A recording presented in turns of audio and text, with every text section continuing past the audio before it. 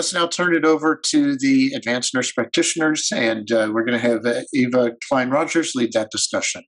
So I'm just going to start out and say I started out as an inpatient nurse practitioner and have been outpatient for a couple of decades.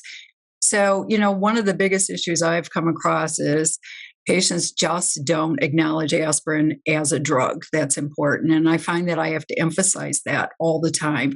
This is just as important as the Lipitor you're taking, as the metoprolol you're taking. You need to take the aspirin. And the other thing is that there are so many other formulations that contain aspirin, so you always have to ask about over-the-counter medications. And then, I don't know, every clinic's a little bit different, but in our clinic, the medical assistants write down all the medications. So I always have to double check. Even though they've already put it all in the computer, I will specifically say, are you taking aspirin? And do you take it every day? And what dose is it? So I want to ask John. So John, please introduce yourself. John's a PA at a very large health system in West Michigan, and he deals with this every single day. So John, what are some of the challenges you have with your patients, and how have you ever overcome those? Yeah, you talked about it a little bit about patients not seeing aspirin as a medication because of the prescription. And also, if they open their box and kind of look inside, it's also a tiny little pill. So if they're looking at them and they look at what's important, they maybe don't see it as the most important, although it may be. Grand Rapids is in Western Michigan, and it's a super conservative part of the nation, with the exception of one thing, which is we use a ton of ticagrelor here. Which is more potent and has a broader bleeding profile. So it makes the decision on what we use for aspirin even, more important, because with the frequency at which we're seeing atrial fibrillation, we do roughly 350 STEMIs a year, and we do about 1,400 PCIs a year. We have this combination of aspirin, and we use ticagrelor a lot, and then the novel agents. We're seeing a lot of kind of taking what we can get from our patients, meaning, we are aside from the city of Grand Rapids, a very rural area, and patients will take what they can get. And what we know is that the first 30 days post-stent is very important. And most of the acute stent thrombosis comes from DAPT noncompliance. It's tough to sell some of the science behind what we do and why we do it to our population of patients, and that's really our biggest challenge. Is kind of finding the common ground in which we can have, shared decision making with our patients, and then really having them understand the complexity with what we want and what potential outcomes could be. Yeah, I think you bring up a lot of good points. One is the whole multiple medication and seeing patients who are on 20 different medications and trying to emphasize what's most important. And I've had patients ask me, hey, look at these 15 meds. Which ones are the most important? Well, they're all important. And then, helping them understand why they're taking the aspirin. And it reinforces the point that aspirin, it's just something that has to be asked and reinforced every touch point the patient has with the healthcare system, right? You got to reinforce this. How does your staff ensure that everybody's getting, the rapid aspirin that are 1A recommendations? Emily, what about you? Please introduce yourself as well and give us some insights into what you see in working with patients daily with regard to aspirin therapy. Emily Andujar. I am a clinical nurse practitioner at a cardiovascular office. We do a lot of vascular procedures in the office. Of course, our cardiac catheterizations, we send them obviously to the hospital. I think our biggest challenges is compliance, and also for them to understand that if you send them to the hospital and they have a new procedure, they don't often even if when they leave with a prescription from the hospital, I think they're confused as to what they're supposed to do. Like some of the colleagues mentioned, they already have 10 medications on board, and now they're giving a prescription for another 2 or 3 new medications, whether it's antiplatelet medication, aspirin, statin therapy. They're very confused. So what we often do in our practice is if I schedule them for cardiac catheterization, I often give them a prescription already, or I'll give them samples to cover them for at least a week.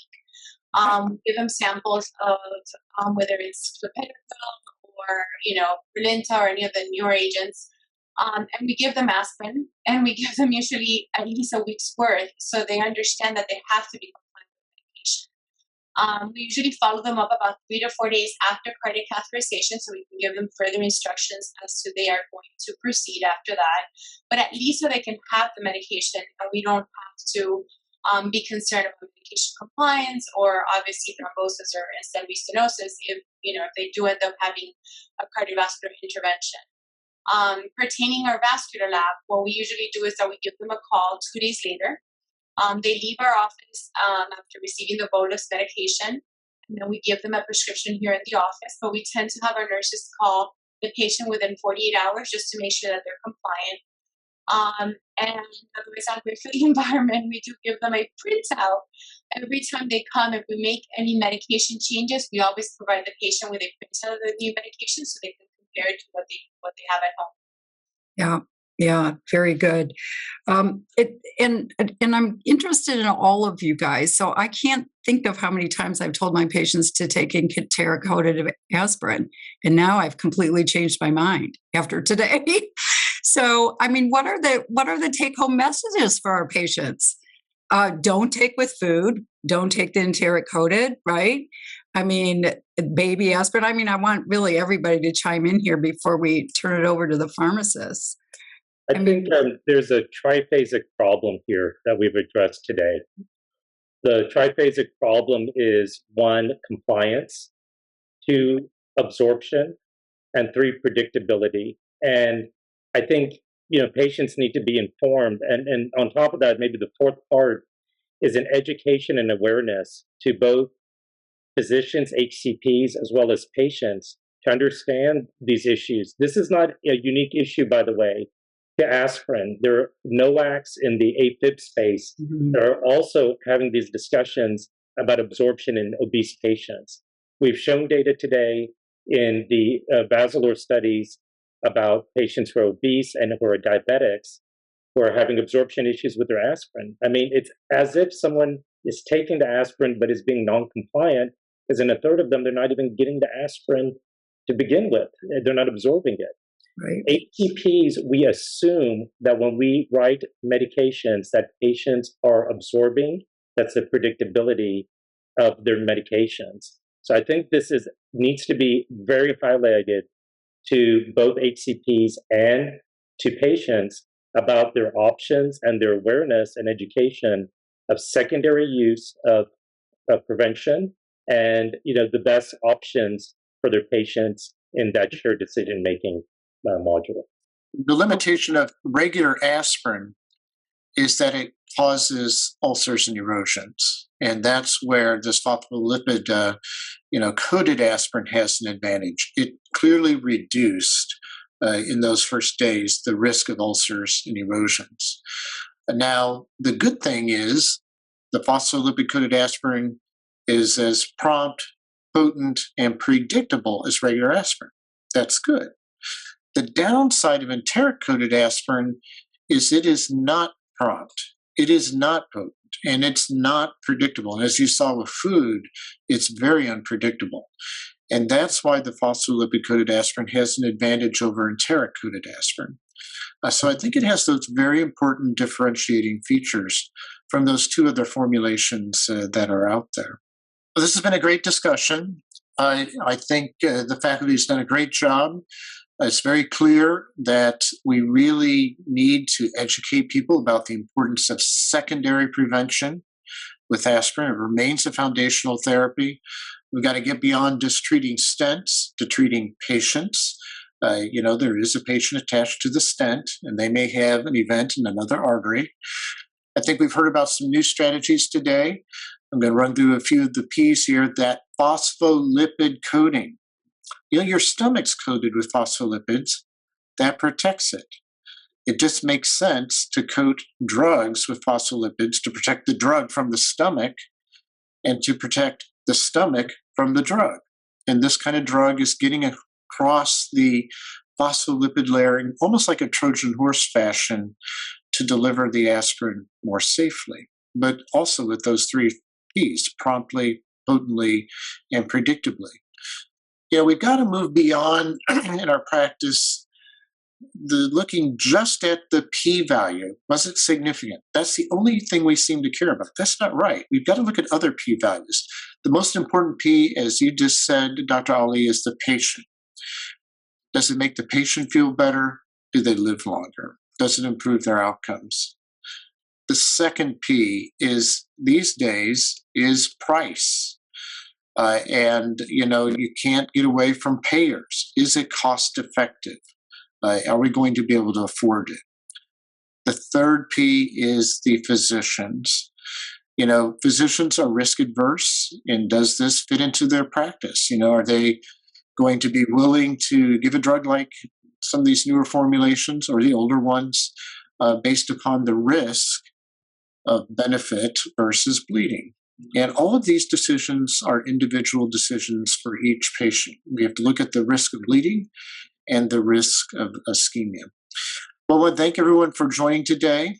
I don't know if we have the post-test. Meg, do we have the post-test? There we go. So the post-test, real quickly, is aspirin a class 1 recommendation? Let's see if you learned anything. Click on the answer there, yes or no. Is the extent and speed of absorption with enteric-coated aspirin, is it, compared with regular aspirin, is it speedier, yes or no? And does the phospholipid coating of aspirin reduce gastroduodenal erosions and ulcers, yes or no? And submit your answers. Let's see how you did. Well, thank you. It's been a great discussion. I thought it was a lot of educational content presented here. Thank you for joining us today. This webcast will be archived. You can get CME credit. That's for physicians, advanced practitioners, pharmacists. Everyone can get credit for attending today's webinar. Thanks for joining us. We look forward to seeing you again in the future.